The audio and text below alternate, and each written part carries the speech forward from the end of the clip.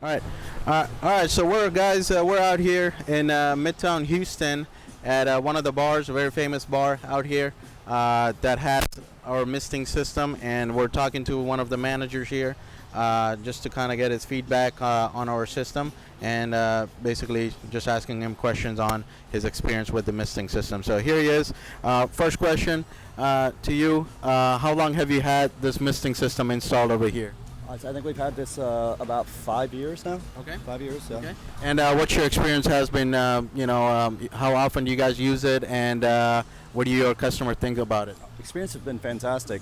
We use it pretty much every day once it gets warm, starting in the morning, going till nighttime, all day long. The customers love it. I think it 100% helps the customer experience here.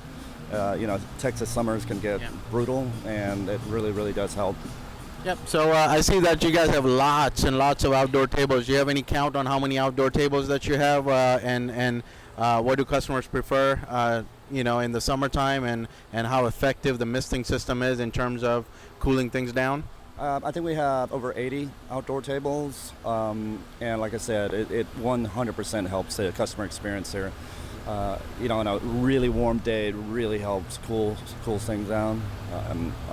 Like I said, 5 years I think we've had it, and I can tell you right now the experience before and after, much better. Okay. Do you guys have any customers complaining that it gets them wet?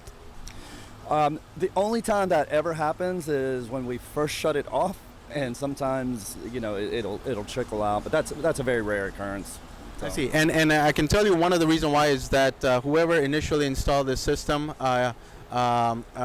did not have the anti-drip nozzles in there. So once you have the anti-drip nozzles installed, you would not have that problem. So if that's a big issue for you guys, we can definitely solve that on the next trip for you just by adding an anti-drip feature to it. I did not know we had that feature available. So yeah, if that ever occurs again, we'll contact you and let you know about that. 100%.